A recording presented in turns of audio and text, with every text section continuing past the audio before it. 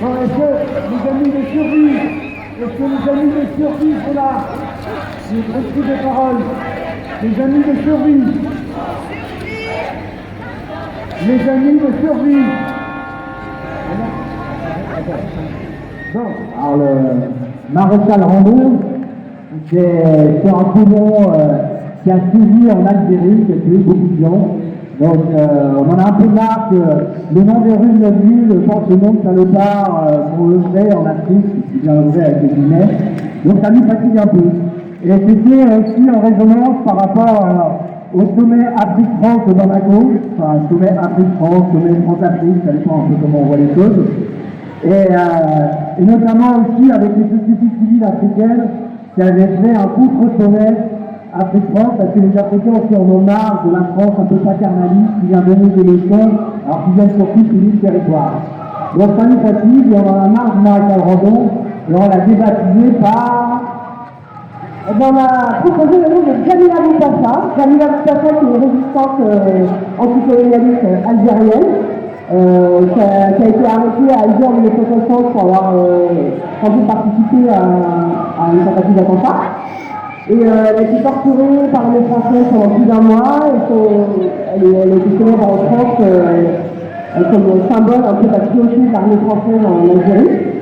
Et du coup, voilà, on a proposé que l'avenue du maréchal Randon, qui se situe à quelques pas d'ici, s'appelle plutôt l'avenue de Jamila Boutassa. Il y aura des tas d'autres rues à débaptiser dans le Grenoble. Voilà. Et puis voilà, on souhaitait rappeler ça aujourd'hui parce que les causes de l'immigration, notamment celles qui viennent d'Afrique ou du Maghreb, c'est bien souvent le prolongement de toute l'histoire de conquête, de massacre, de pillage, d'exploitation, qui perdure encore aujourd'hui. Et les migrants qu'on chasse en filmant de France, bien souvent ils sont issus de pays dont on a exploité les richesses auparavant, avec des entreprises françaises, avec la complicité d'États impérialistes tels que la France. Solidarité entre les peuples pour un nouvel ordre mondial.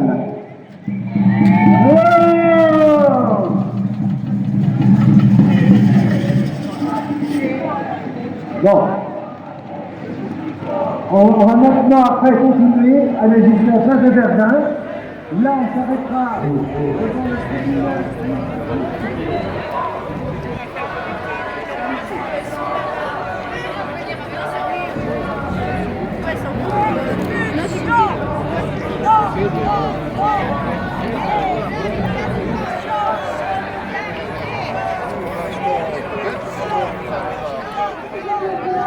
Et pour nous aussi, puisque je représente aussi la coordination régionale, l'occasion de saluer toutes ces personnes, toutes les associations avec lesquelles on se bat depuis une quinzaine d'années, les femmes jaunes.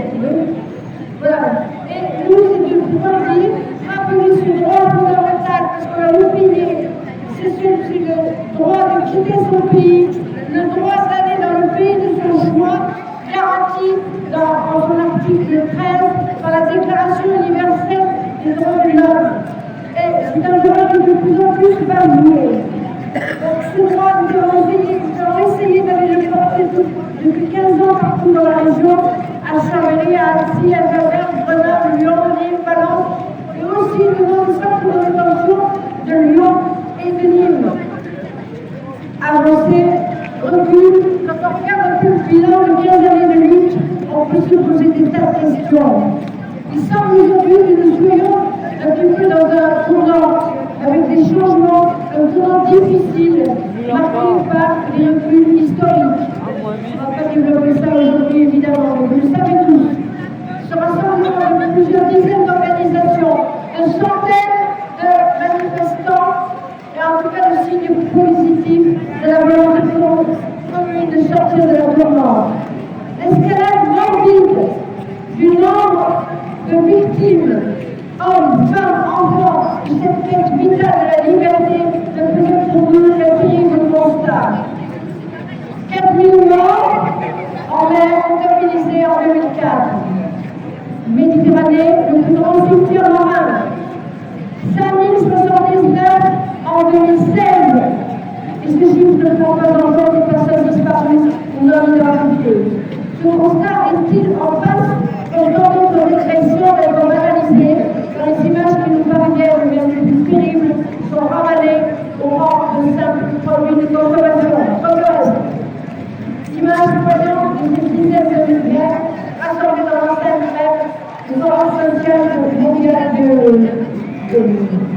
justice, nous étions un certain nombre de femmes avec ces dizaines de maires qui étaient là avec les portraits de l'investissement en or en guerre.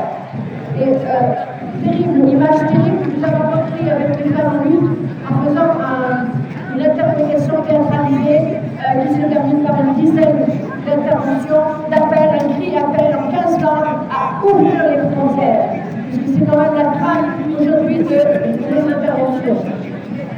À ce décor macabre, il faudra ajouter les innombrables personnes qu'on est gelées dans les trains d'atterrissage des avions, ou les corps desséchés dans les déserts.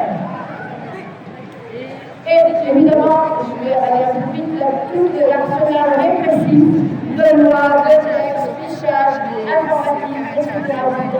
Tout ce que des années